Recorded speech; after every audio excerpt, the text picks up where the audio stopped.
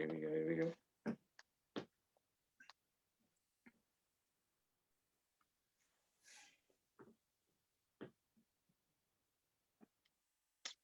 Okay, brother Rashad, I'm waiting on a notification. Boom. And we are live. I want to thank everyone for tuning in to a very special edition of Off the Record on the People's Podcast this evening. We have an amazing guest with us, none other than Brother Rashad Muhammad, one who I'm very humbled and honored would take time out of his busy schedule to give us some information as well as inspiration. Assalamu alaikum, sir. Wa alaikum salam. I'm honored to be here on the People's Podcast. Thank you for having me, sir. Yes, sir. Okay, so we want to get straight. So many people are sending you love already. We want to get straight into it, Brother Rashad. But as I was putting together the flyer for you and thinking of the music and things of that nature,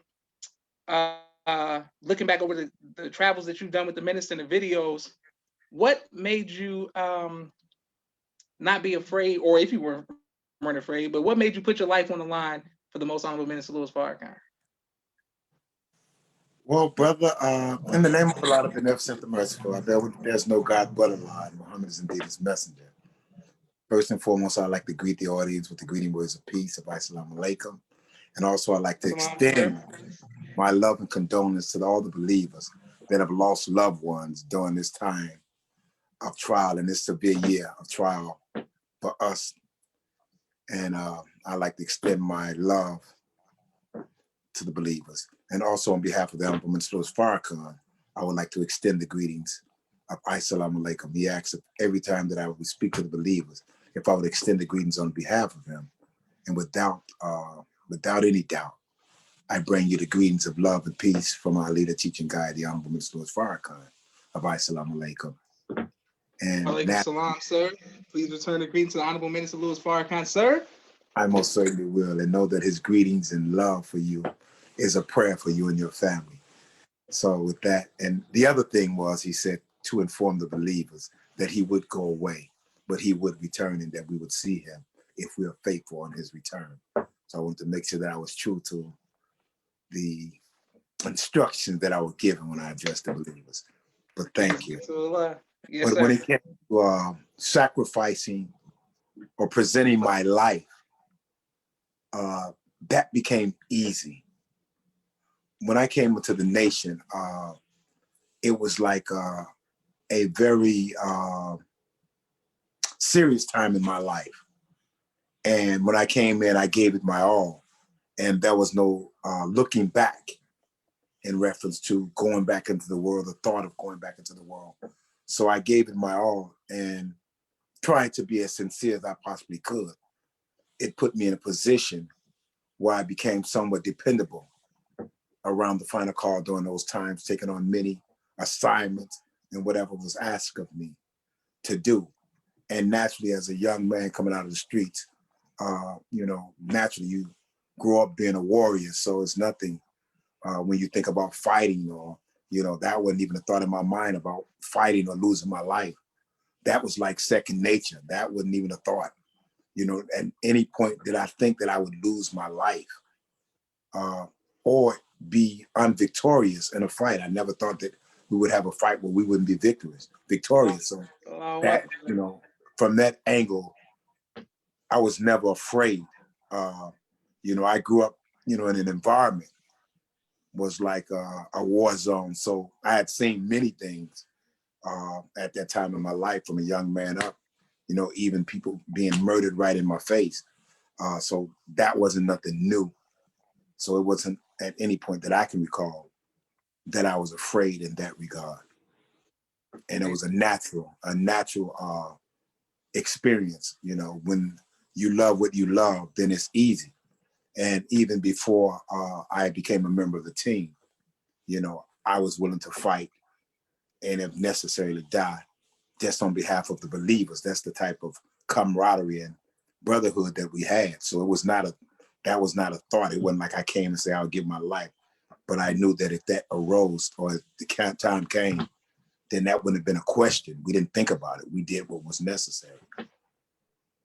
Praise be to Allah. Excellent. And you're getting a lot of love in the comments. Thank you all for your comments. I'm not going to get distracted right now because you're getting a lot of people was saying, asking you things right now. I'm coming to the comments. Brother Rashad, my next question was, how did your family and feel about you accepting the teachings?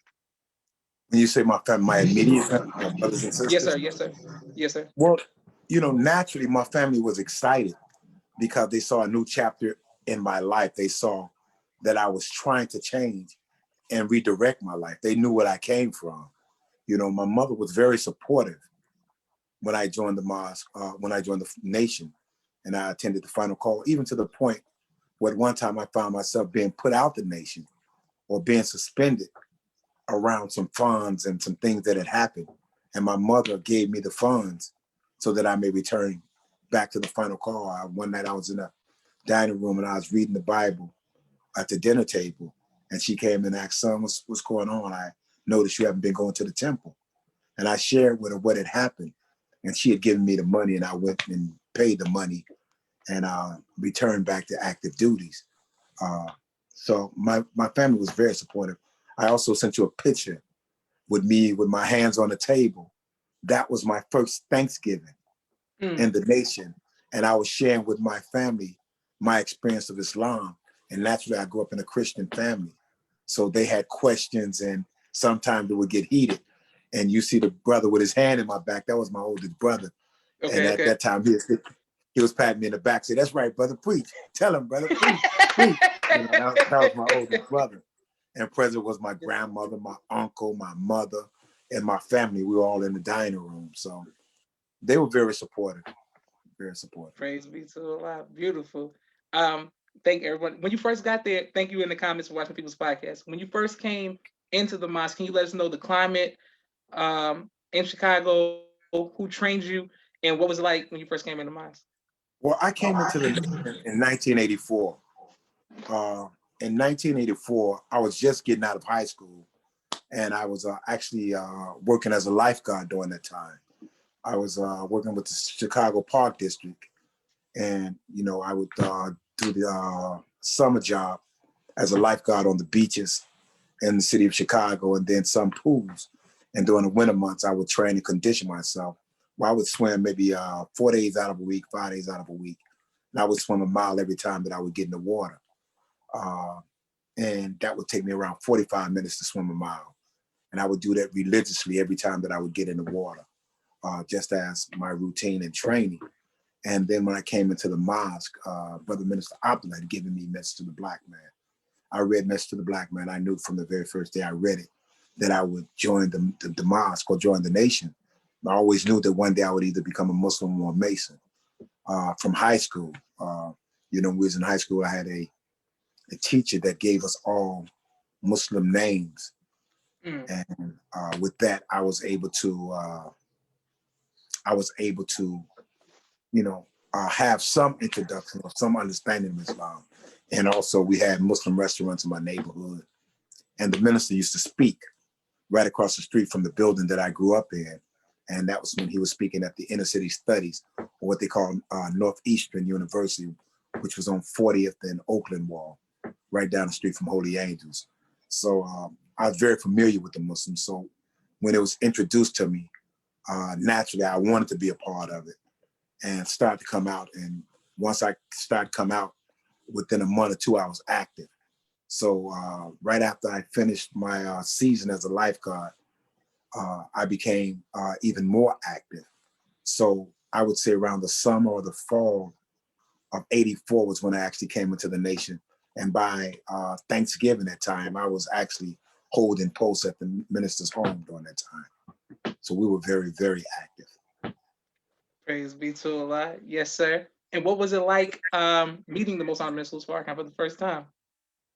Well, when I first met him one-on-one outside of the mosque structure, we was actually preparing for a convention, and we were at the Hyatt Hotel, and I was assigned to his suite. And during that time as a young soldier, we was taught to practice and train everywhere we go. So we would be on the bus, on public transportation, sitting like we were sitting front rostrum, and everywhere we go, we maintain our posture and our discipline. as if we was in the mosque or in the final call at that time, the final call administration building that we call, you know. So we would, everywhere we go, we would do that. And I was sitting in the living room of the suite, and the minister was getting ready to go down, and he came out the bedroom. And as he came into the living room, he saw my posture, and he stopped and he had his Quran in his hand. And he said, "Brother, do you sit like that when you're at your home?" I said, "No, sir, brother minister." He said, "Well, when you come into my home, I want you to be yourself." He said, "You can relax. My home is your home. If you want something out the refrigerator, you can take it, you know. But I don't want you doing the stuff that you do in the mosque in my house or in your house." I said, "Yes, sir." Shortly after that, they went to escort him down. Within 10 minutes, somebody came up and relieved me. I was only following the instructions of the training that I was given, not knowing that, you know, I was actually overextending or being other than myself. But I thought that's what was required of us. And that was my first time one-on-one interaction with him. But I saw him naturally when I came into the mosque. The minister used to teach at the final call almost every Sunday. So he would teach every Sunday at the final call. And it wasn't called the mosque, it was called the final call administration building or the temple. But the bottom line is he would speak every Sunday without fail unless he was out of town. So we got a chance to hear him often. So when I came in, you know, the minister was basically the instructor of the Sunday meetings and lectures. And all of us would get his tapes immediately after he finished. So as a young Muslim, I had a collection of the minister's cassette tapes, and we used to listen to him all the time where you would know his words verbatim. So we would be quoting his words as we moving around and having, you know, just social moments with one another. Praise be to Allah. Excellent. And I want to make sure I thank you, Brother Rashad, for your sacrifice and for the sacrifice of your family on behalf of myself, my family, and the viewing audience for your extreme sacrifice. We appreciate that, sir. And we hope that Allah continues to bless you and your family, sir. Well, My next we thank you. We thank you and we thank your family. But it has not been a sacrifice. You know, as Sister Ava said, everything that I was doing before that would have ultimately led to my death or imprisonment. So, you know, it wasn't a sacrifice. It was indeed a joy, a relief, an outlet to express myself without becoming a victim in this world. Praise be to Allah. Yes, sir. Indeed. Okay, my next question for you is, what was your favorite place to travel with the Most Honorable Minister Louis Farrakhan? Well, there was so many places that we have traveled. We have traveled the world with them. I can't say that there's a favorite place, but all of them have special meaning. But one of the things I did find great joy in being in Jamaica. You know, I developed a love for Jamaica. I developed for the people of Jamaica, for the culture, for the food, for the environment. You know, but the whole world belongs to the righteous, the whole earth. And there's nowhere where I went on the earth where I didn't feel comfortable or why I didn't enjoy the moment of being there or being allowed to see another aspects of God's creation. Beautiful. Yes, sir. On the flyer that I used, I chose Mission Impossible music because I felt that when I see those type of movies based off of your movement and you know, you watched us grow up, but when I got older, I got to train, you trained us, and I would watch you and I would be like, oh man, you know, this is like, you know, secret agent type movement. Was there ever a mission that you went on with or a detail with the Most Honorable Louis Farrakhan that you thought it was a rough ending and you went anywhere? You thought it may have been trepidation when you went like, I don't know how this is going to work out, but I'm going to go anyway and step out on faith? Well, one of the things is, and you asked me about my training.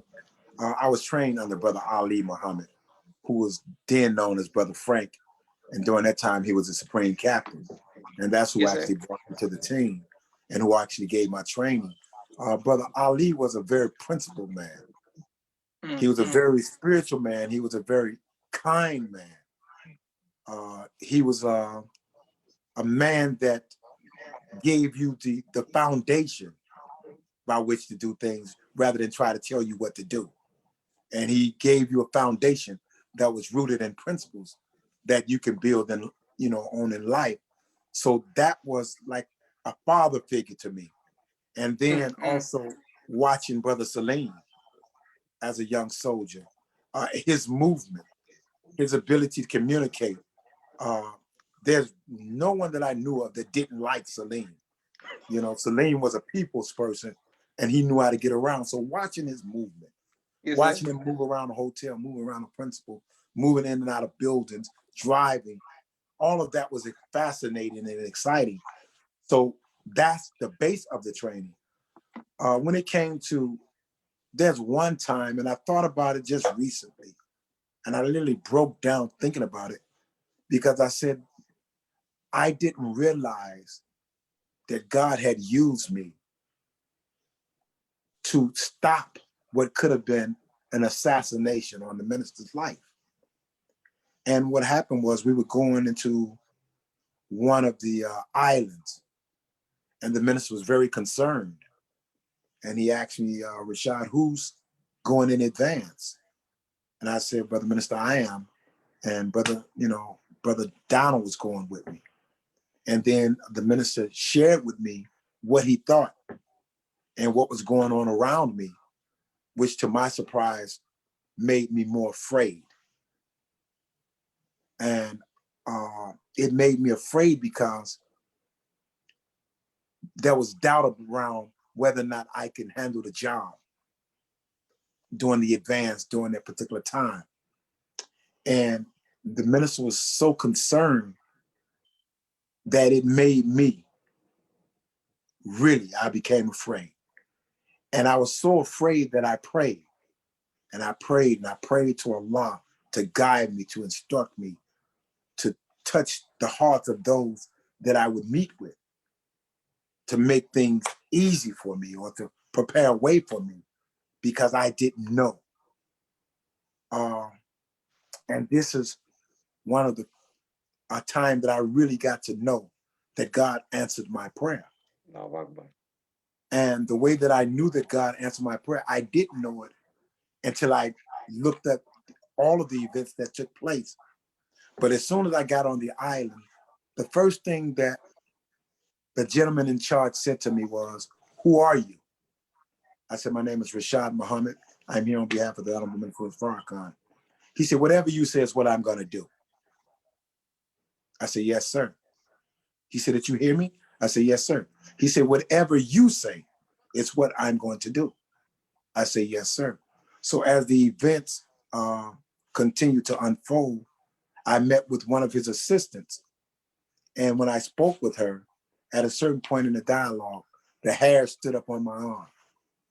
And it was so that I felt as if I was talking to my mother. And God had made this woman so pleasant to me that I felt the presence of my mother. And I felt comfort and I felt like, like it's all right, son.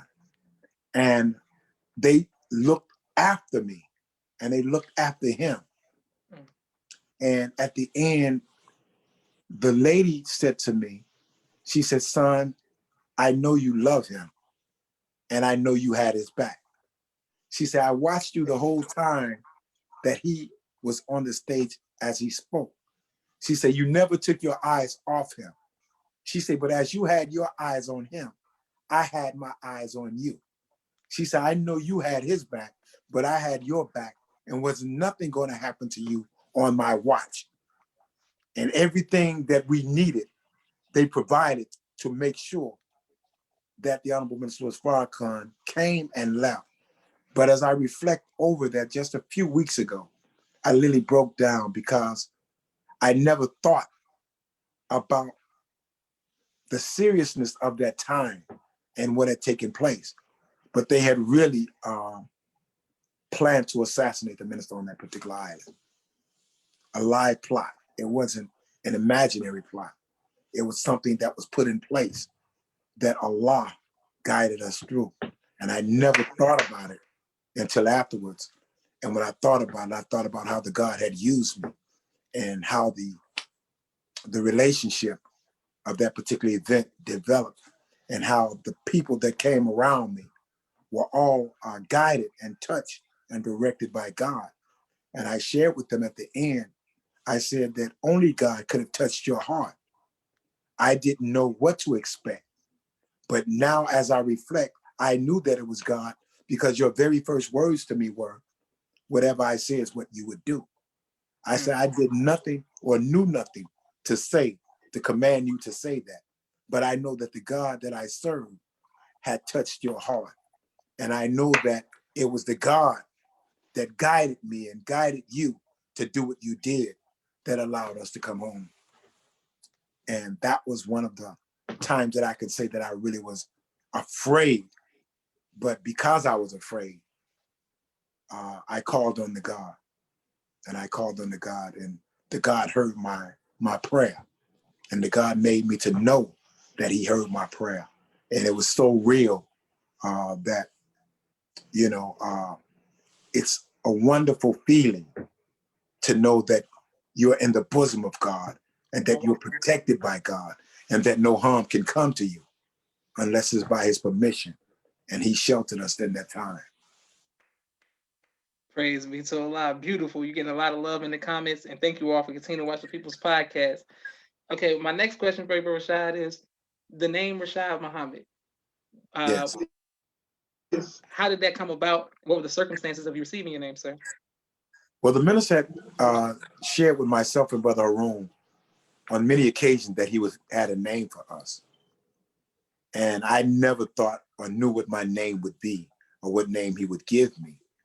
And what happened was we were going to California, to Northridge. He was speaking at Northridge at the university in California, Northridge.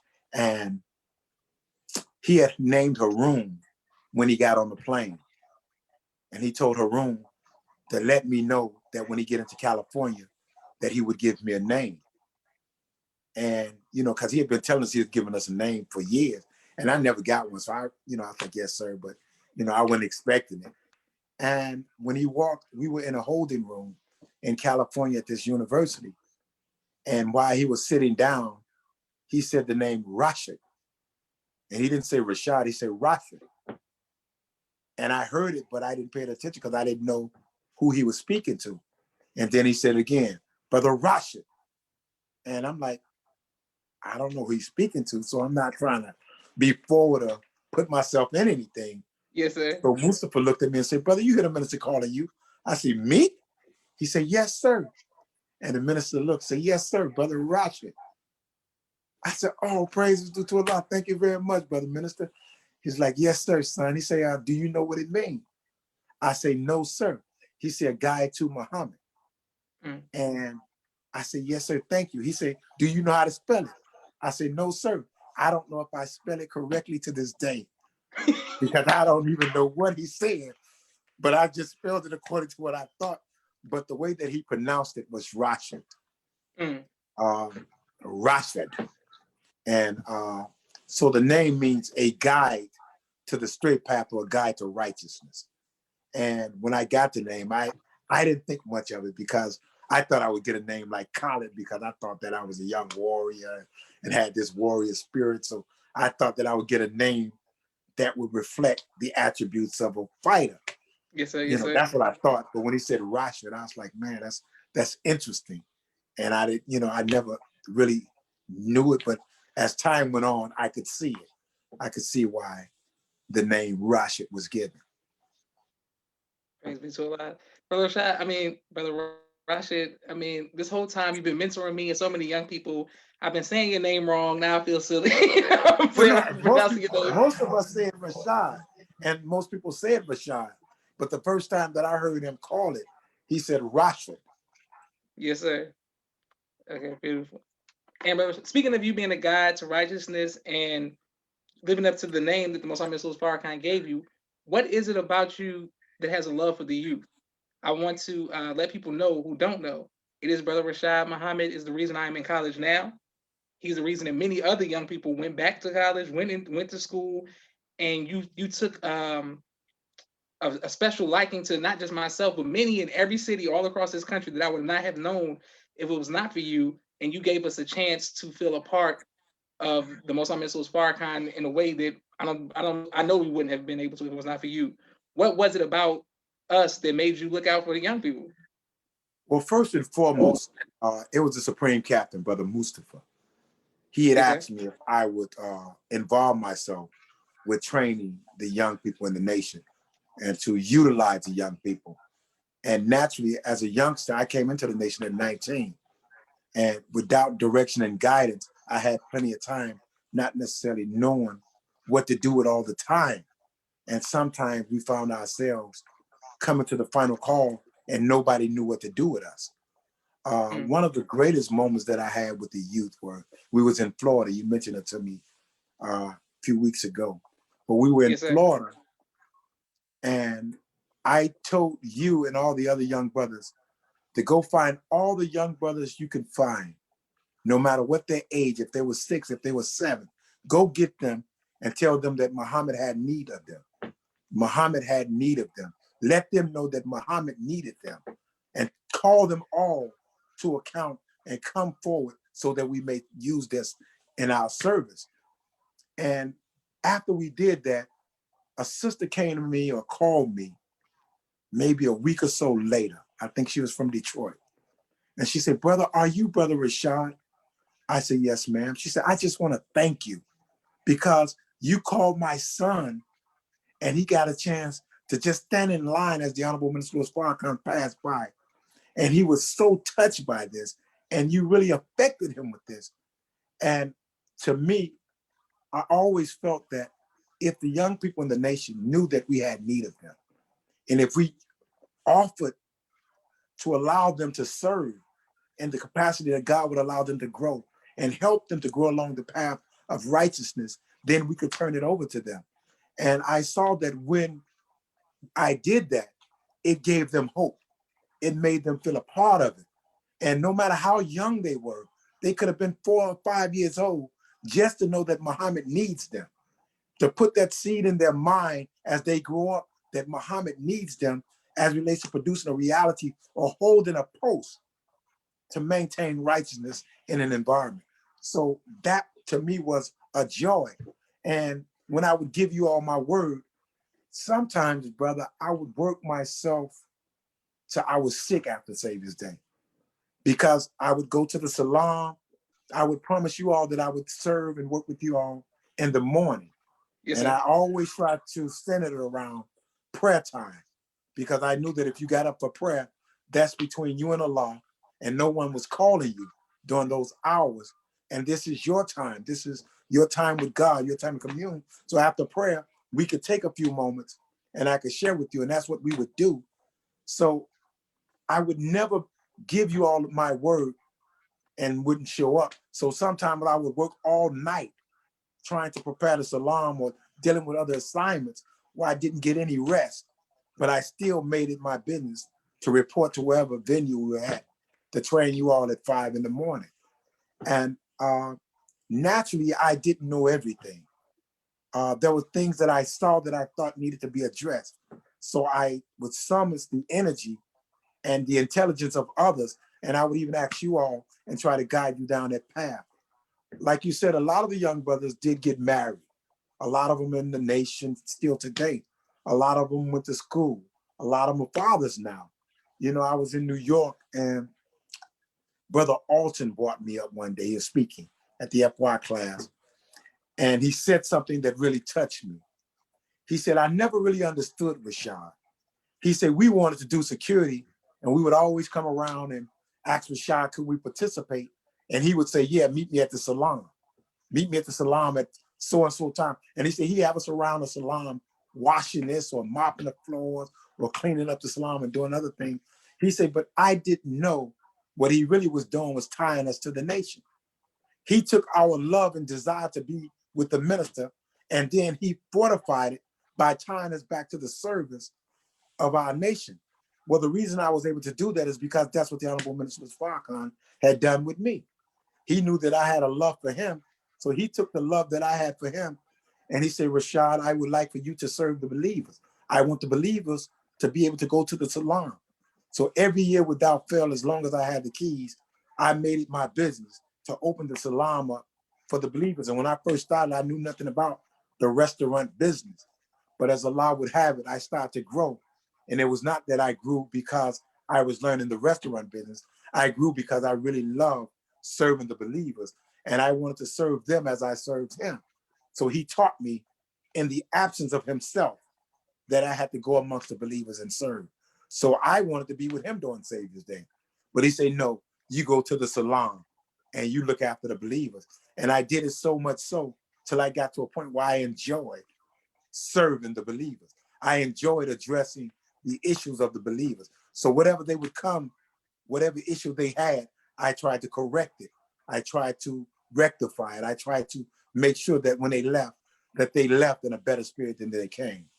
And sometimes it was rough, but I did the best that I could. And I think that by Allah's grace and mercy, if I would have been left to do it, I would have done nothing but grown, because it was not that I desired to run a restaurant, but I desired to perfect the service to the believers. And that was based on him. And that's what I carried into serving the young brothers. I wanted to see you all better than what we were. I didn't want to see you make the mistakes that I witnessed as a young FOI and the things that I saw. I wanted you to grow in the path of righteousness, in the path of service, in the path of love for the brotherhood and for the nation and for our community, and naturally for our leader. Praise be to Allah. And we thank you again, Brother Rashad. You're getting so much love in the comments, and everybody's sending you love. Praise be to Allah. My next question for you, Brother Rashad, is the Million Man March. How did that? I've seen pictures of you working at the Million Man March. Going through my father's stuff and just seeing behind the scenes and different. What was it like with an event like that when you're responsible for, what I'm saying, the protection of the man of God during it, all these, the media, the hype and all of that? What were you feeling like, and how did it personally impact you afterwards? Well, one of the things about moving with the minister, the Honorable Minister Farrakhan, is that we get caught up in his motion. We get caught in his energy, the energy of God, and we're moving and we're not aware of what's around us. We're in the moment. We're in the time. We're in our element. So naturally, whenever we're with him, it's a certain excitement that comes. It's almost like, we become, in our community, you can be 50 but still think you're 30 or think you're 18.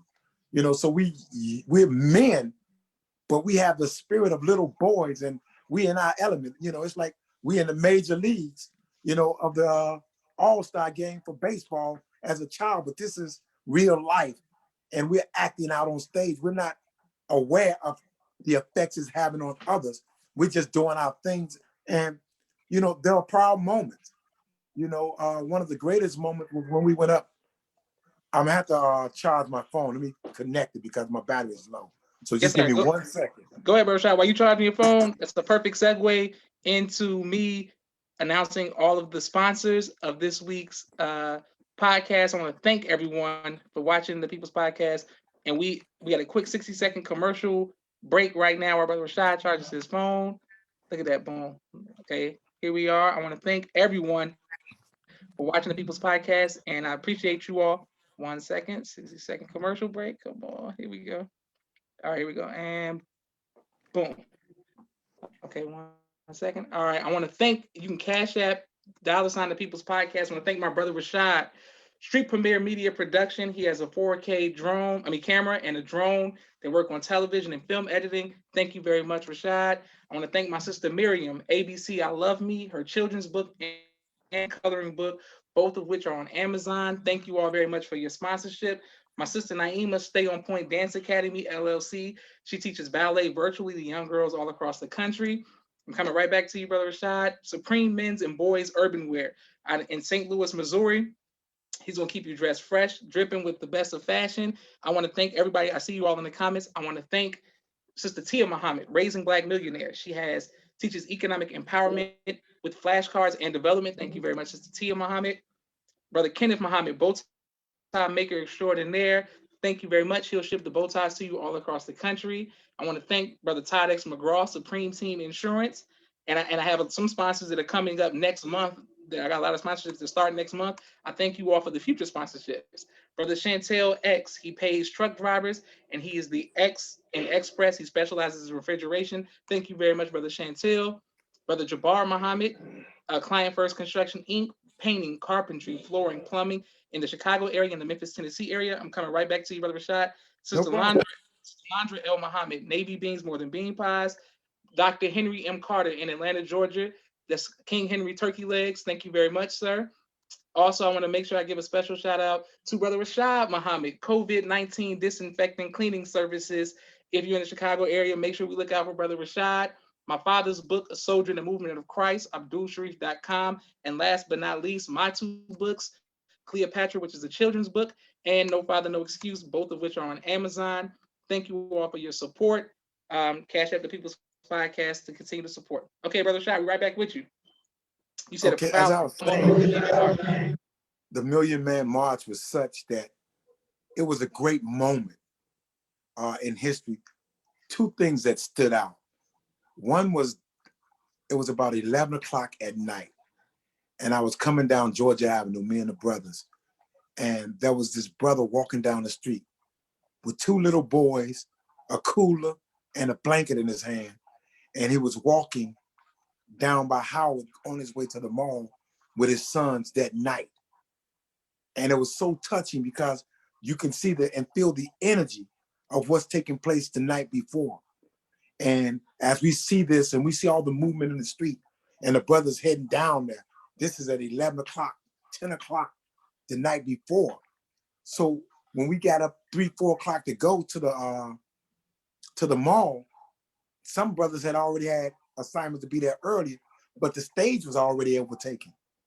So we had to go back and reestablish the boundaries around the stage and reset that. And that was a hell of a thing. Another thing was to see the brothers marching down the street, singing gospel songs, spiritual songs, having banners of their uh, sororities and fraternities and stuff Yes, like sir. that. Yes, sir. Yes, And sir. they just walking down with these banners and you hear them as they moving toward the march.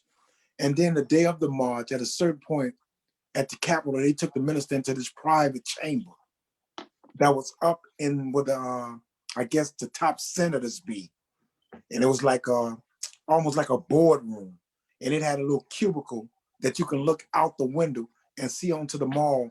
And it was the first time a lot of us saw the mall, and as far as you can see, it was nothing but men, as far as the eye could see, and it was an overwhelming event.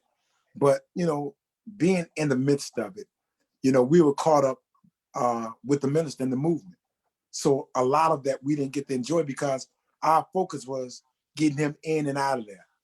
And with that within itself keeps you busy streamlining as it relates to the responsibilities of what it is required of you. Because no matter what happened or what it looked like, our job and duty was to make sure that he got in and out safely. And there was times where you couldn't get caught in the moment of what's taking place. You kept the focus on what it is that you were required to do. And I remember that, it came to a point where everybody wanted to escort us over. They all wanted to give us a police escort. The Capitol Police, Metro Police, they all like, well, can we help? What can we do? What do you all need? So bottom line is it was an overwhelming event. But, needless to say, the Honorable Minister Farrakhan had worked to bring that about. That didn't happen by the waving of a wand. He had crisscrossed this country and put in work. Men's only meetings, stop the killing tours. So our people was very familiar with his voice. And at the sound of his call, he's the only one that could have called us. And he's the only one that really is qualified to call us. And he's qualified based on his love. I understand that some may feel that they love our people as much, but based on what he has done and based on what he does, uh, we can say that he is one of the most profound members of our family. He is one of the most loving men amongst us. He's one of the most charitable men amongst us. When we speak of God, we say that God is the most high. God is the most caring, the most. Well, amongst us, among men, I don't know of a man that carries that more so than him. And I would say that that is his anointing. That is the anointing of God and man, where he is allowed to reflect God in many attributes and qualities. Praise be to Allah. Excellent. And thank you all again for your comments. People sending you so much love and so much support to you, Brother Rashad. Thank you very much. My next question for you, sir, is what has been your greatest trial in your tenure in the nation, and how have you overcome that trial? Well, there's no such thing as greatest trial because you're constantly being tried Mm. and you don't know your level of success. All you do is push through. And it is a law that will determine if we were successful in our trials because, I don't know or I can't say that I'm successful. All I can say is that I struggle to maintain balance. I struggle to keep focus. I struggle to try to stay rooted where I don't let my trial embitter me or my trial disturbs my peace, which allows me to become blind to the reality of what I'm facing. The greatest trial always has been for me is being not in the presence of the principal. That has been a trial. Not it's like you always have in your mind, did I offend him? Mm, And mm, that mm. that becomes a great thought. No matter how much he assures you, you think, man, did I do something to offend him? And you always pray that you did not. But that would be the greatest trial, is not being in his presence.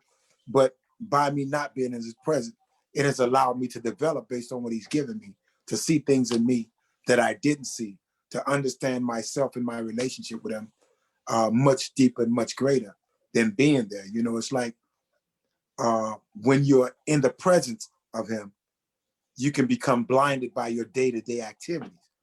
But when you're no longer present, then you have to reflect over what you're given. So that puts you in deep reflection, deep thought, deep prayer, deep meditation. And with these things, you get a greater insight than you could when you're moving, because when I was moving, I didn't have time to reflect because every day there was a new reality that we had to deal with. So as long as I'm in the function, I could not command the mind that it takes to deal with the reality of what he's given us. And now that I had time to think, I really see clearly what it is that he means, represent, and what he's offering. And I don't think that I could have done that involved in the work close up. So it has afforded me opportunity to see myself, to see him, and to come into a greater understanding of what this thing is all about. Praise be to Allah. Thank you, Brother Rashad. And so many people are showing you love in the comments. What has been your greatest joy in your tenure in the Nation of Islam, sir? Well, my greatest joy, there's nothing but joy being a member of the nation.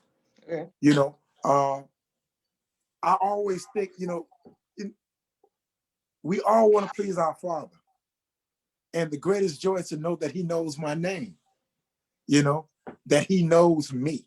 Out of all the people in the world, he knows me. Yes, sir. He Yes, sir. knows my name. He named me. Yes, sir. Yes, He sir. understands my function. He understands my trials, my development. He knows me. So that is a great joy to know that he knows me.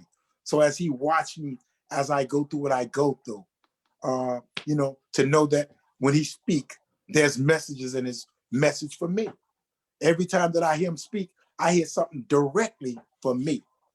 I know he's speaking to the whole community, but he's addressing me personally. And in that, that's rewarding because you're guided, you know, you're connected. And as long as I can hear his voice, whether it be in my ear, in my head, in my heart, or him actually speaking, I find joy in that. My greatest joy is reflecting over him. My greatest joy is listening to him. You know, Praise be it's to, it waters my soul. praise be to Allah. Excellent. My next question for you, Brother Rashad, is the E team. The name that has been given. You all had it. It's what we looked up to. We wanted to be just like you all. How did it come about? Your functions? What's some? Can you give us some fond memories of the brothers that you work with? You know, when you were coming up, holding poster, brother Haroon, and things like that, and brother Salim and stuff like that. Well, each one of the brothers are unique within their own way, or right. Each one of us contributed from a different angle. Each one of us was like a cell to a body that formed a ring around the body. So each one of us was unique. Uh, we couldn't have done it without these independent cells, these independent minds. Um, as a youngster, I was always, I would be considered a thinker or agitator. You know, I would force us to rise in our thinking as relates to what we're doing and why we're doing it. I was never one that just say, let's do it. No, you have to understand why you were doing it. So it wasn't you just moving. When I did things, I understood why I was doing it. People that were around me uh, understood to a level what they were required to do.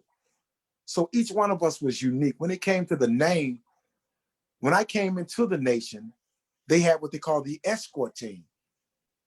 And the escort team was responsible for moving the principal around, getting them from one location to the other. And then you had others that dealt with the dignitary protection aspect of the principal. But the escort team basically was those who sheltered them or shuttered him around or moved them around from location to location. And as I came about, it evolved into other aspects of it. Because when I started, the regional captains dealt with the inner circle of the security of the principal. That was your father. That was the Akil. That was Brother Captain Guinness. That was Captain Sadiq during that time. Captain Curtis, Brother Sterling on many occasions. So you had the captains that dealt with the inner circle. So we were like young brothers, or like the baby brothers to these men. Yes, sir. And we like function to make sure that everything around him that was mechanical movement was done in a certain fashion or form. So as we grew into that, my first assignment was to watch. I couldn't drive. I couldn't participate in a diamond. I couldn't uh, jump out and post up. All I could do was watch. And as a watcher, I developed a critical mind. I would ask myself, why did they do certain things? Why is it done this way? What was this move? So I had to study. So based upon studying it, it's like a mechanic that's trained in school and a mechanic that get in there and trained in the shop. The man that goes into the shop has more experience because he's learning on the job. The man that's learning in the class, he has to get on the job to develop that type of understanding of what happens in the shop. So, being on the job, I could see things. So I developed at a much quicker rate. I can challenge things in my mind, even though I couldn't say anything. If I saw it and it didn't look right or it wasn't sound, then I can challenge it. And then through my studies, I would learn certain aspects of dignitary protection. And same thing with Haroon. Me and Haroon was like two peas in a pod. We were young men. We needed each other as we developed and grew. We like I say, it wasn't a lot of young brothers in the ranks, but those that were present, we all, we were together. We soldiered together. We ate together. We went out together. This was our daily routine. It was like every day we got together, and this is what we did. And when you talk about the brother Tadas, the brother Sadiq, brother Melvin, you talk about brother Sultan, brother Hamza, you talk about Michael Muhammad, who was one of the brothers, Minister Michael, who was one of those who started me off. Then you had another brother, Andre. Uh, these are some of the people that I grew and I learned from. And when I got involved uh, at that time, it was going through transitions. So we had to really rebuild it. So in the rebuilding process of the detail, Brother Tyler would be considered an anchor. Brother Haroon would be considered an anchor. I would be considered an anchor. Brother Sadiq would be considered an anchor. Hamza, these are people that was always around, and they may have did other functions, but these were people that were always around from some angle or another. And like myself, Brother Haroon and Tyler, we if you say 24 hours in a day, 8 of them was Tyler's, 8 of them was Rashad's, and 8 of them was Haroon. That's how we covered the palace. Mm. We was there every day. Myself, Haroon, and Brother Tyler. And then Brother Salim is the one who brought us into the home of the Honorable Min Farrakhan to start doing security inside the home, because we didn't do security inside the home until Brother Salim introduced us to that aspect of it. And because we were there every day, we would participate in his movement. You know, we would come to if we came to the palace and they told us that he pulled out, if we asked him which direction he went, we can go in the city and find him. That's how much we was in tune with his movement. We could go into the city and locate him if we knew where he was going, especially moving around the city. And that's how we were. So, you know, we grew, and when it became the E team, that was under the administration of your father as the supreme captain. And he took those that were participating in the security apparatus and made them count execs to help raise the Final Call newspaper circulation count. And with the exception of myself and Brother Haroon, everyone else participated in that. But myself and Brother Haroon, we were always, from the time we were signed until the time that I was no longer there, but he's still there, we were always with him. And no matter what happened or what came up, we never left his side. No matter which captain or, you know, which administration or what first officer came, no matter what it was, we would stay with him. And we went through things as we did that, but we never left his side. You know, we may have lost, sometimes we may have lost pay. Sometimes we may have not gotten pay. Sometimes others may have gotten more than what we got. But through it all, we stayed there with him. You know, and that's how it was, you know, and that's truly how we was trained. Brother Ali didn't train us to be loyal to the captain. I was not trained like that. I was trained to be loyal to the leader. And the captain during that time, Brother Ali, he made us to know that it was not our job to report what the leader done to him or did to him. So when we would move, if he was not there, we didn't call him and tell him about the leader's movement. If it was something important, then we would have a meeting around it. But he made us to know, don't get on the phone and tell me anything about what he's doing. Don't call me and give me briefing. If I can be with you all, I'll be there. But if I'm not, you all lock it down. And that's how we were trained. So we wasn't trained reporting our movement back to captain. So no matter what captain came, when it came to him, we moved according to what his movement was. And sometimes we found that to be a little stressful because people thought that we were not, that we were sometimes maybe insubordinate. But really we stayed close to the principle. We stayed close to the principle. And no matter what happened, no matter what transition, we stayed close to the principle. You Praise know, be so to through 3 supreme captains, we were able to stay there, not moving. You know, and naturally, with all of the different lieutenants, and in most cases we were not lieutenants, we still were able to maintain and manage. And that was a part of our training. That's how we were taught. You know. Praise be to Allah. Speaking of being right, thank you all for continuing to watch the People's Podcast. Speaking of being right there by his side, Brother Rashad, the minister has spoken publicly about some of his health issues and being faced at death doors. And um, those who I've interviewed who've been close to him, who witnessed that, you've seen him do that and then come out of that. How did that? How did you handle that spiritually to see the minister in such a weak position and then to see him come up and speak strong like he does now? I never thought about him being weak. In some of his trying moments, I recognize his strength. Mm.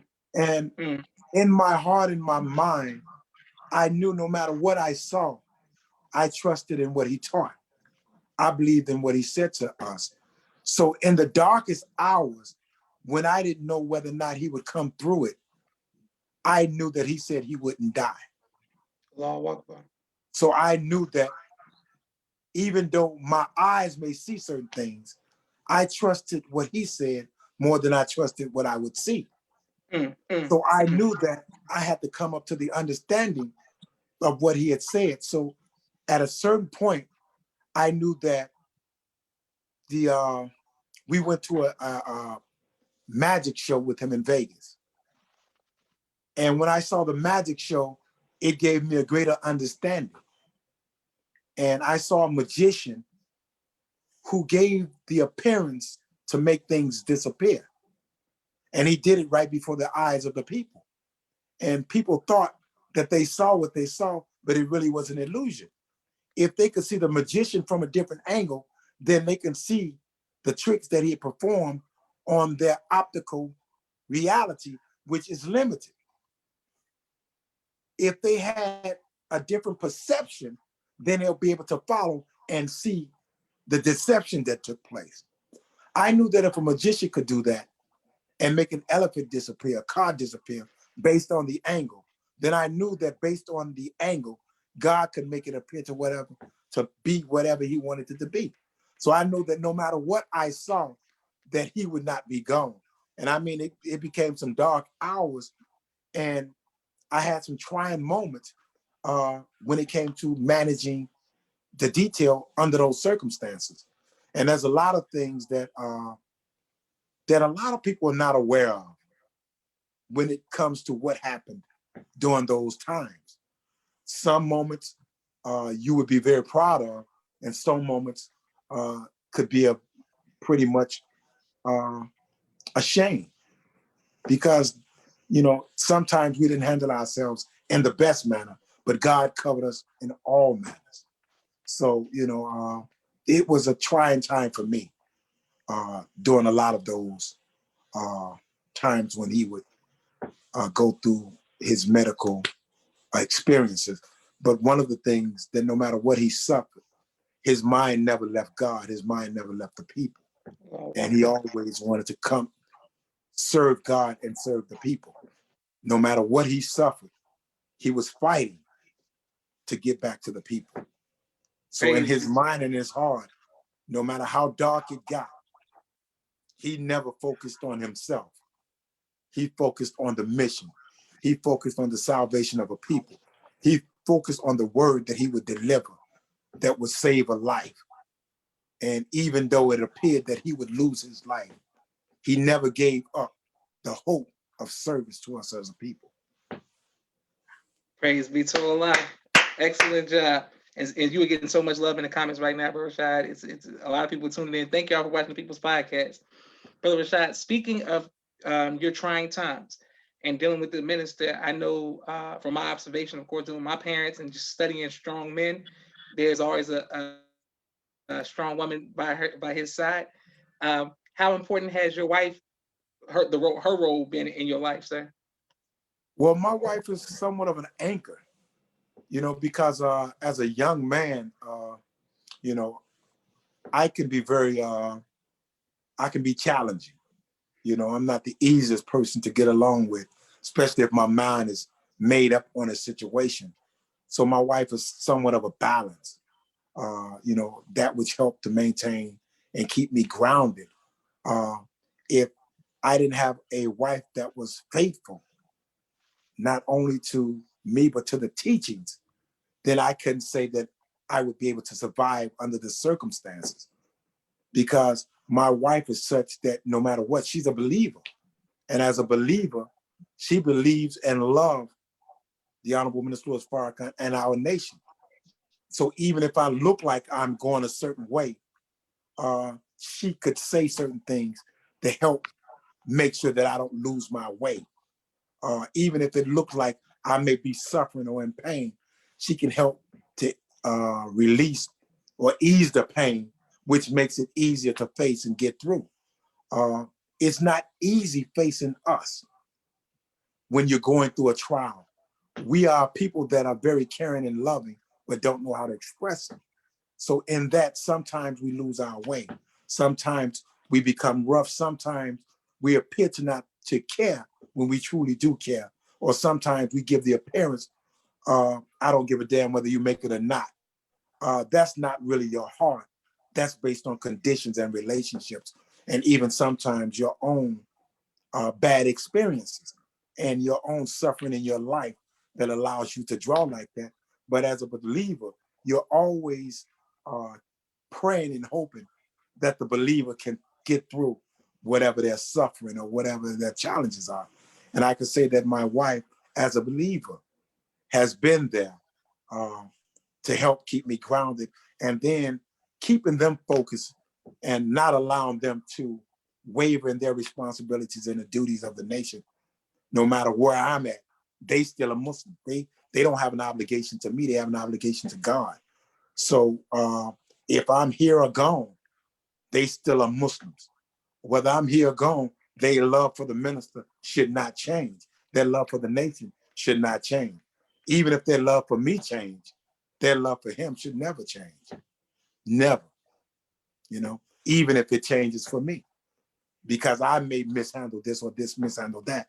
But I know that his love for us has been true. I know that his love for my family and the believers has been true. I know that he has not done anything to betray our trust or our love. And I know that he's deserving of that type of devotion, that type of care, and that type of commitment. And even my family, I would put him over me when it comes to that. I don't never want them to look back where he's concerned. If I lose my way, then keep me in your prayers, but you keep your way. You stay on the path, because surely you will become one with God following his example. Yeah. Praise be to Allah. I have just a few more questions for you, Brother Rashad. Some people are giving you love, Brother Rashad. Now I know this, and many of the young brothers who were honored to be trained by you for years know of your ministerial expression and your spirituality. Many people saw your serious demeanor, may have not heard you speak. When did you know that you were going to be going to the ministry? Well, I never thought going into the ministry. As a young boy, I thought about being a preacher, Mm, a mm. pastor, but I never thought that I would go into the ministry in the Nation of Islam, um, and never thought that I would speak to the believers or come before the believers. It is not my desire that I speak. It is my love for our leader, for our nation, that has compelled me to speak, that has brought me forth. My expression is nothing without my life and expression that I've journeyed with him. I know nothing other than what I've been given in this nation. And I'm learning even of myself. And I've had my ups and my downs, or I've had my own falls or my own stumbles. But it is based on the love for him and our nation that has forced me to come forward. I never thought that I had anything to say. I never knew what he had placed in us. I never knew what I knew as relates to him. But the more I reflect over him, the more comes out of his expression. I find myself thinking, writing, saying things only to go find that he wrote it. He said it. He done it. So then I find out my expression is not my own. I come to find out that I become an expression of him. I come to find out that as long as I'm true, then when people hear me, they won't hear me, they'll hear him. I've given my life to this. I've been with him now for 36 years, from 19. I've seen him from many different angles. And I could say that I've studied him from my perspective, not the way he part his hair, not the way he plays his violin, but I've studied his heart. I've studied his mind. I've studied his movement. And what I find is I find a reflection of God in this man. If you would ask me, I would say that I've seen a man journey from man to God. I've seen a man uh, surrender and become helpless when it comes to the will, heart, and mind of God. Where now, when you look at him, you see the reflection of God's mind, God's heart, and God's will for people. And this is what I've come to see. Praise be to Allah. Beautiful, Brother Shad, and you're getting a lot of love in the comments. Excellent. Thank you all for continuing to watch the People's Podcast. Brother Rashad, my next question is I got a chance to, this last Savior's Day, see your two youngest sons. We were coming in the building, and I saw them, and I said, oh man, this Brother Rashad's sons, and we hugged. And they made me so proud to see them, the serious, the love that I have for them. Of course, your daughters, your family. But what you um, have been put in them, I follow your son on Instagram, and I see so much of you in him. What advice, how do you feel about being a father, and what advice would you give to future fathers? The thing that I would say to believers and how I see my family is my offering to God. I may not be perfect, but what I have produced, I give back as an offering to God and my nation. It is the best of what I have. It may not be perfect, but it is my perfect offering. As I sat with them, I asked them, would you accept being an offering to God? Because if you accept being an offering to God, that means you would dedicate your life to God and you will reap the benefits and the reward of the offering. All I have is them. All I have is my family. All I have is my nation. I give my family to God and service to my nation and pray that God in return give me of himself through my children. So that when I see my children in their future, I see reflections of God. So we're not just producing children, we're producing that which God could use to reflect himself. Yes, sir. Yes, sir. And that was the offer of Mary. Mary offered what she delivered from her womb to God.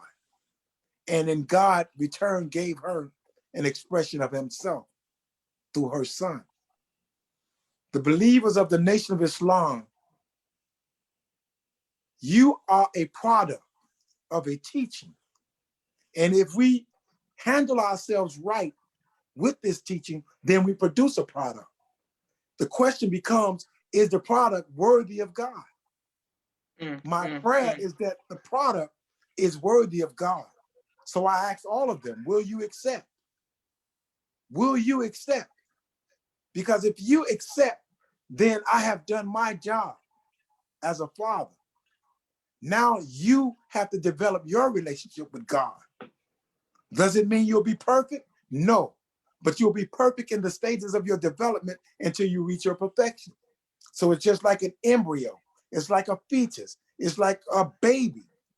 All of it is perfect as a fetus. It's perfect as an embryo. It's perfect as a baby. But what happens is it grows into a man and it doesn't become perfect as a man until it's one with God.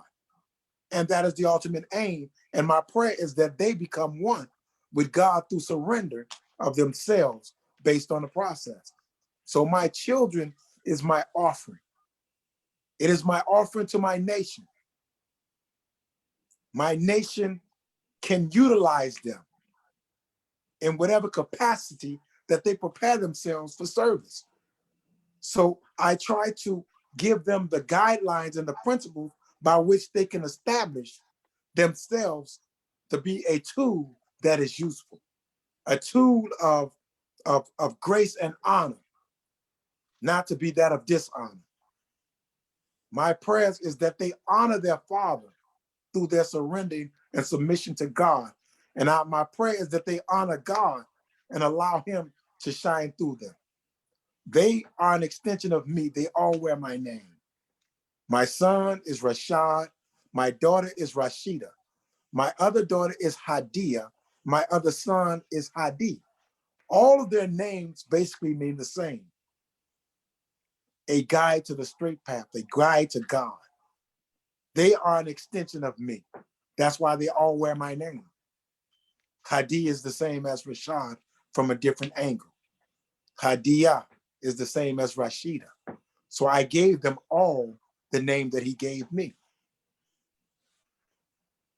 Beautiful, Brother Rashad. Praise be to Allah. lot. So many people are sending you love in the comments, and just thank you all for watching the People's Podcast.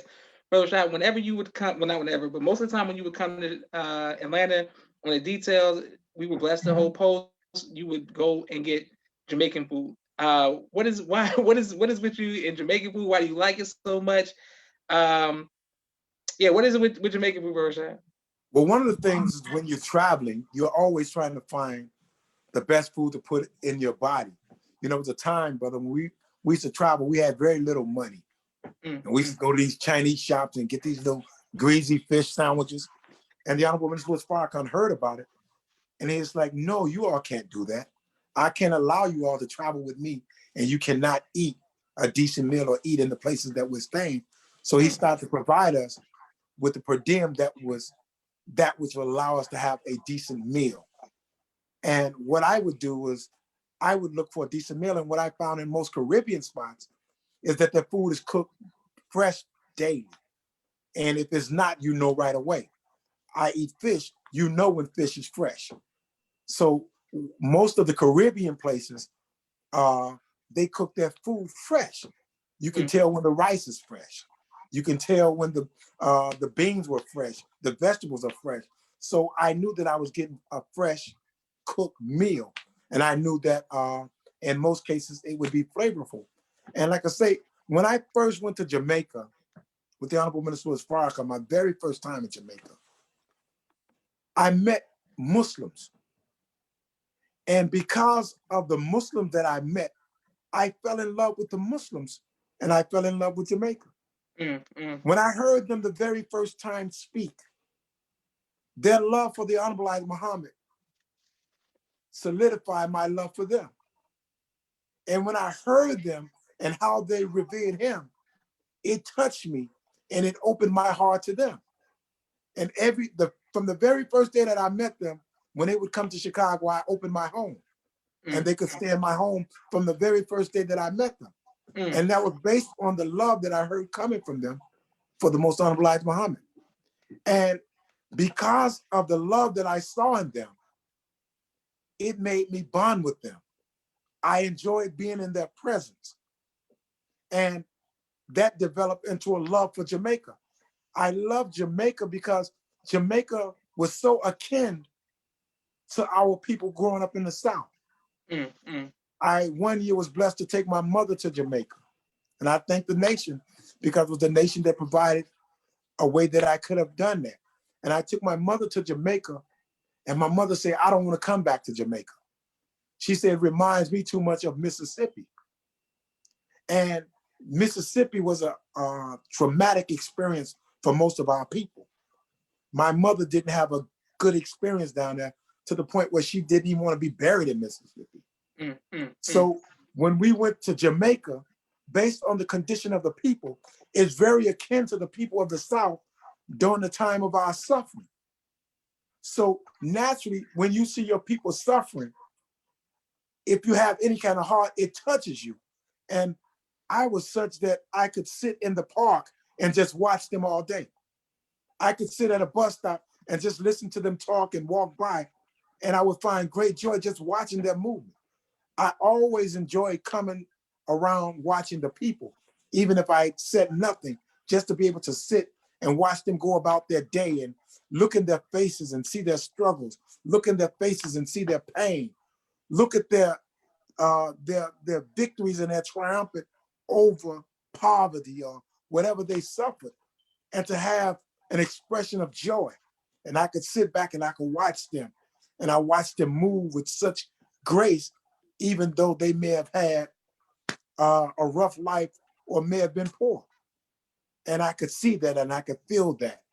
And I could feel their pain and I can look at them and, it touched me. So I can go amongst them. I, I, I'm comfortable amongst them. I felt accepted amongst them, our people, and some would say, well, maybe you felt comfortable being in poverty. No, out of adversity comes great strength and admiration. You're looking at a people that are proud. You're looking at a people that love God no matter what they suffer. And sometimes Because of the condition, they don't escape it. But here it is, I'm blessed to escape the condition. So I see into it and I know how it became. I understand. So now when I see it, I'm not quick to judge them. I empathize with them. I feel them. And I don't have to go around and say it. I could just sit back and watch them. So I have a great love for them. I love laying in the sun. I love the beaches. I love the ocean. I love swimming. I love the music. And I had to cut the music to a degree because I saw it in the decadence. I saw how it was being used to influence and destroy our people. So even though I had a love for it, I had to somewhat, cut it because I saw what it led and where it was leading our people. So Jamaica, I love Africa. I love Ghana, the people of Ghana. It's very much akin. When I went there, I felt the love of the Ghanaians. There's some African countries I didn't feel that love. They rough, they rude, they're hard. They become the white man to one another. The white man may be gone, but now we have become that. We are the expression of white people in some of our dealings with one another. But wherever I find my people, where I find love, then you see a different side of me. And most people that met me in the nation, they don't know me. They knew me from me operating from the security side. And when you ran into me, sometimes it wasn't pleasant, because I didn't take my assignment lightly. And, sometimes I may have been a little rough around the edges. I may have been a little offensive. But any of those that got to know me, then they could see that really I was a sincere brother and I meant them no harm. But I did my duties to the best of my abilities. And, I wasn't selling for any wooden nickels. I looked over and after our principle to the best of my ability. Yes, sir. And for those who don't know, especially the younger generation is coming up, Brother Rashad is one of the best to ever do it. And he has taught us so many lessons in the spiritual principles of security, not just the physical, but you really trained and taught us a lot, Brother Rashad. We thank you, sir. Brother Rashad, speaking of reggae music, what type of music do you listen to? I listen to all kind of music. I listen to all kind of music. I listen to gospel. I listen to R&B. I don't listen to a lot of rap. I never really followed it. When I came into the nation in '84, I was not into partying. I was not into hip hop. I was not into, I wasn't into music. I didn't, as a youngster, I came in at 19. I had never really been to clubbing. I never hung at high school parties. I didn't go to dances. I didn't go to amusement parks. That was not, the type of thing that I enjoyed as a youngster. I didn't do that. So I listen to all kind of music. Like I tell my children, music has different expression. It depends on what I'm going through, determines what I listen to, because in every message, in every song, it has meaning. It's a part of an expression of someone's life. And I grew up watching people being destroyed. So a lot of music that has soul and has meaning, it sticks with me. It registers. A lot of gospels. I grew up in the church, so I'm familiar with gospel music, but now I understand it differently. So when I'm listening to certain songs, I'm reflecting over the minister. I'm reflecting over the Honorable Muhammad. I see them differently. I get insight from music. I get understanding. It's like I study everything that comes within sight or hearing. Nothing comes around me that I don't study or analyze it. I analyze it. So I analyze music. I analyze the songs. I analyze the singer. I go through their lives. Sometimes I can listen to music and find myself crying, thinking of the artists in their life and what they went through, the expression of their life. And I got that, from studying the minister. He don't have to say certain things, but as I listen to him, I see his life. I see different aspects of his life. I see his upbringing. I see his pains. I see the insecurities. I see his life. So when I hear him, I hear things that he doesn't say. I see things that is not being said. So I saw that of him. I saw his pain. He told us of his life. I saw his pain. He shared with us his desires. I saw his love. You know, he shared with us the offering of God. I saw his mind. So now I can say that, I've journeyed with a man that have allowed me to see what jihad looked like. Yes, sir. Yes, sir. I've journeyed with a man that have allowed me to see what it looked like to be a martyr. See, it's not someone that died in the name of fighting for the cause. It's someone who lives and died fighting for the cause. So his life is an expression of his death, and it is all for Allah. So in that he becomes a martyr, in that he's taken on the greatest battle, jihad, fighting the devil or the Satan of self and not slaying any other man, but slaying the devil, and now has led others into the battle of jihad, where now they're taking on the fight to slay the devil of self, which is the greatest fight. And in that, allowing God to be resurrected in us as a people. Beautiful, Brother Rashad. Praise be to Allah. And you have so many comments. Thank you all for continuing to watch the People's Podcast. Brother Rashad, what do you do for fun? Reflect over him. Okay.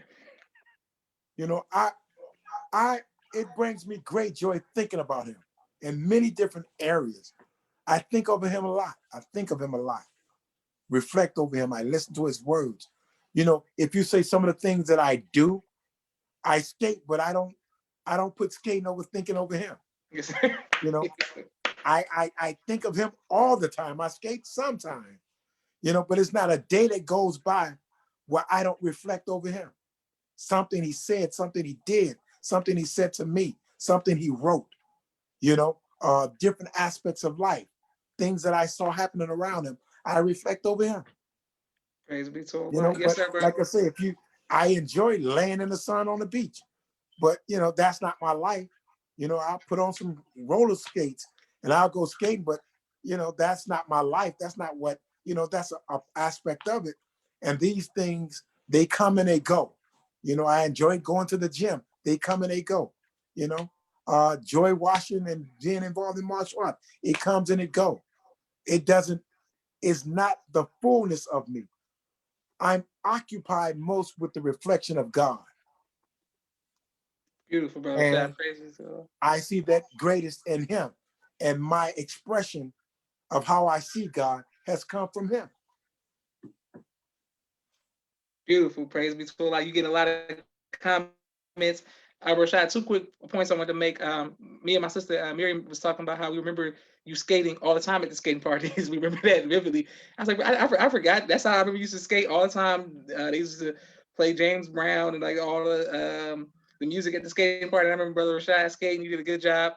And second, Brother Rashad, I wanted to say that to those who are watching, the last time that I almost threw up was in fact because of Brother Rashad taking us on the south side of Chicago with some intense boxing training in some basement. I don't know where we was at, but I was talking to my brother-in-law and we were there training. I mean, my God, Brother Rashad, the heat that was in the gym and the not giving up, and you know what I'm saying, in your motivational words. But when I walked outside of that house, boy, I said, my God, I thank you for that training, Brother Rashad, because that was man, that was death's door for me. But Well, like I say, brother, we're always pushing. We're always pushing to make you all better. As a young man, I come in this thing at 19, and now I'm looking at 60 in a few years. So it's a long journey. You once were a teenager, but now you become the man that you saw before you. And I'm seeing the men that were before me, now they're becoming senior men. They're in their 70s, some in their 80s, some in their late 60s. So now it's a whole nother dynamic for me. And as I look at it, like you said, I see my son coming up and I see that, he has interest in this and that. And I want him to grow to enjoy Islam. I want them all to grow and enjoy their Islam, but I want them to know that it's a greater expression than just going to the mosque and holding posts or doing security. That's a part of it. That's not the whole package of Islam. But when you get into this thing, it's an expression, it's a way of life. And that's at home, that's at the skating rink, that's at the gym, no matter where you are, it's an expression of your faith. And like I say, it's something when you share that with others and try to give them the joy that you get. So that's all it was. When I went into the gym or I was introduced to it, it was an expression. And it was an expression that I enjoyed, that I wanted others to enjoy. You know, I want you to be able to be confident in yourself, you know, and I want you to know that no matter what happens, if you act, you'll be able to get something done, you know, so learn something, you know, and you can go in there and become a practitioner and practice all your life, or you can go pick up a few skills. Either way it go, learn something. Because, you know, I've known people that have fought all their life and never had a fight. You know, you go train and you develop, and you've been training and you never got into a fight because you're training discipline yourself. But there's some people that have been fighting all their life and never trained. So shit, you know, it's like, it is what it is. So I don't knock it either way you go, but learn something everywhere you go. Pick up tools. And what happens is you'll never know when you have to apply them, you know? So that's they're great expressions, you know. And one of the things that I've learned in this teaching is that what we've been given is absolute. You know, just like I say, when the spirit of truth comes, he will lead you into all truths. Well, the thing that I've come to understand is based on how we've been taught, based on the foundation of what we've been given by the Honorable Minister Farrakhan, there's nothing in this universe that is registered in truth that you can understand or discover based on the principles of what he's given you. And if you understand the principles of what he's given you, you can apply them in any aspect of life, whether it be in carpentry, whether it be in engineering, whether it be in medicine, whether it be in psychology, whether it be in business. Once you understand the basics of the principles of these teachings, they can be applied in any endeavor. And they're all interchangeable because it's the principles that everything is built upon. And the principles doesn't change. The principles of life are the same no matter where you go. Anything that has life is applying the same principles. They may have to go about it a different way, but the principles are basically the same. I got one more question for you, Rashad. I want to thank everybody for tuning to the People's Podcast. I want to say that uh, my mother, we got to serve you dinner at my father's house one time, and that was such a pleasure moment for me because my mother said she had to thank Brother Rashad for me going back to college. And she was like, that was one of her biggest joys in life. Where she was like, I wanted my son to go to college, and I was being rebellious, just on a whole post. And when you told me to go back to college, that meant everything for her. And I just want to thank you, Rashad. You don't understand. Very soon, I'm not gonna give you the date yet, but when I graduate, I want to make sure I thank you and thank your family for, just being the good Muslims, good believers. But I want to especially thank you for going back to college because that's going to play such a huge part in my life, inshallah. So I thank you for that, sir. Well, brother, we are indeed your uncle, All right, you brother. know, and we are the uncles of all the Muslims. And it is our desire that you're successful. And it is our desire that you put yourself in a position where you qualify for the positions that await you. I never thought and knew that one day I would travel the world with the Honorable Minister Farrakhan. I never thought and knew that it would come a day when I would speak before the believers or come before a body of people. I never thought that of myself. So I didn't take that aspect of it seriously. But now, as a young man growing into becoming a man in our community, a man of responsibility, a father, an uncle, a brother, then my desire is to make sure that you all are guided aright, not based on my vanity, not based on my need or my desire to abuse you. My desire is that you grow up and serve God and receive the blessings of God. My desire is not to rob, steal, or cheat you. My desire is not to take what belongs to you. Your mother desired the best for you, and that is my desire.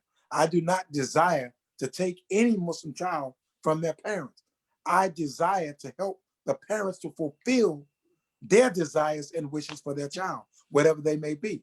So whatever your mother, whatever your father wishes for you, I will never work against what they desire.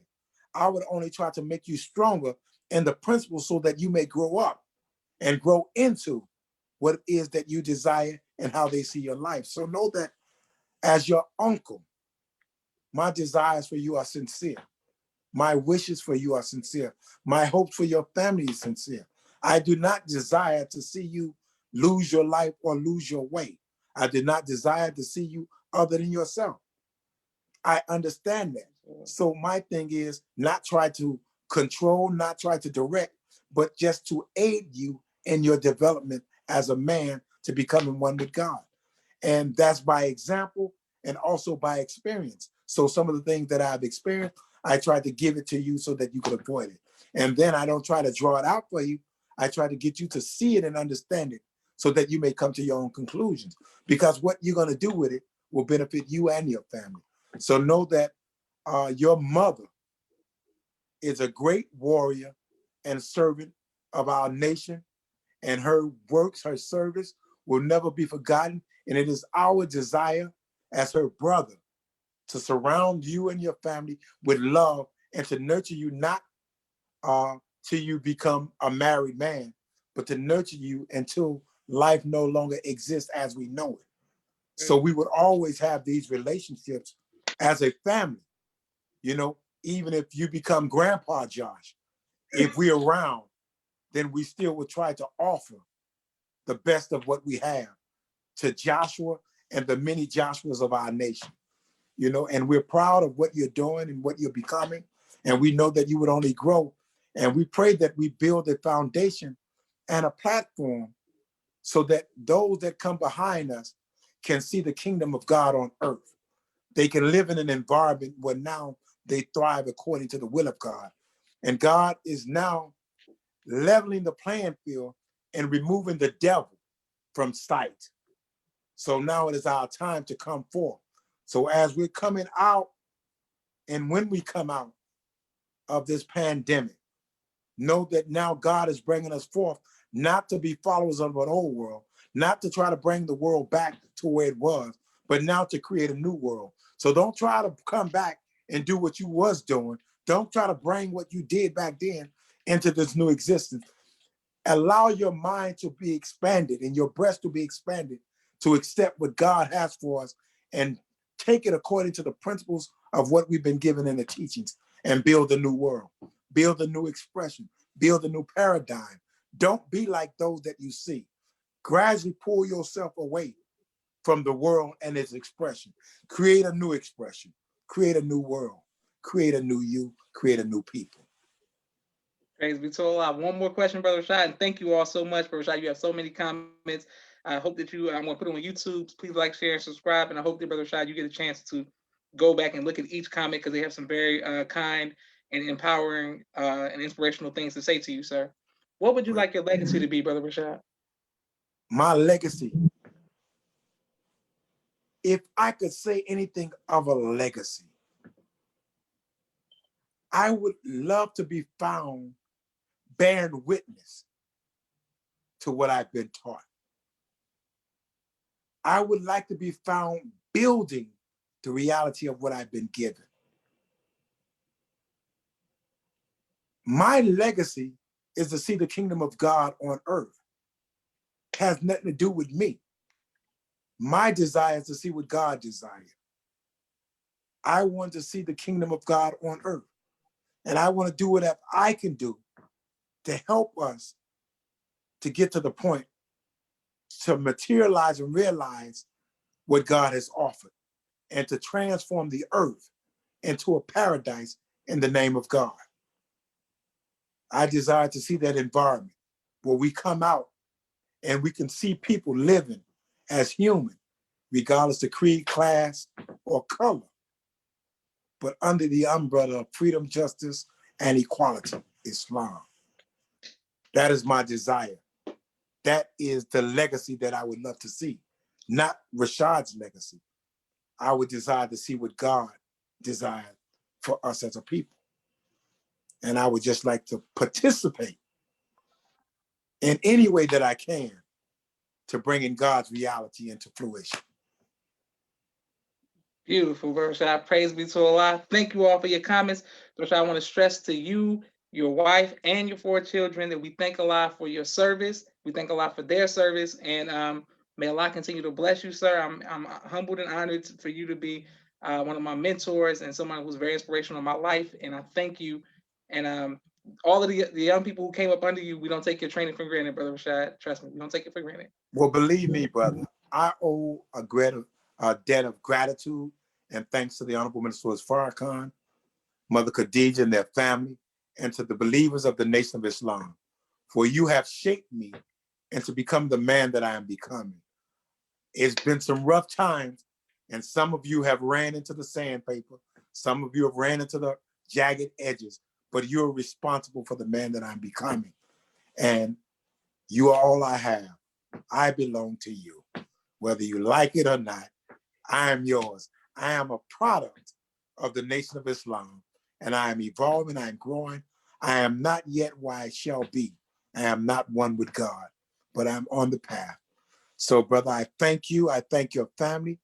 I thank the believers and all those who help you. And I thank you for supporting me in my business that we're trying to establish. But the only business that I'm really interested in is the business of God.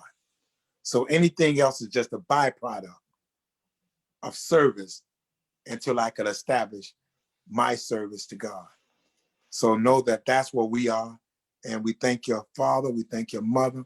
We thank the believers who support you. We thank your brothers and sisters and all those around you that help you to become the man that you're becoming. And like I say, brother, we all we have. Let's do what we do. And let's look beyond the faults and service the needs. Our people are in need. Our community is in need. We are in need. Thank you for the opportunity to share a few words. And once again, my condolence to the believers who have lost loved ones and those who are struggling with their health and those who are struggling. Know that even though it may be some dark days, the light is bright at the end of the tunnel. And know that our God has not lied. Know that our leader, our teacher has not lied. Know that we have the victory. All we have to do is claim it. And no matter what you see, no matter what you experience, know that the promise of the Honorable Muhammad is true.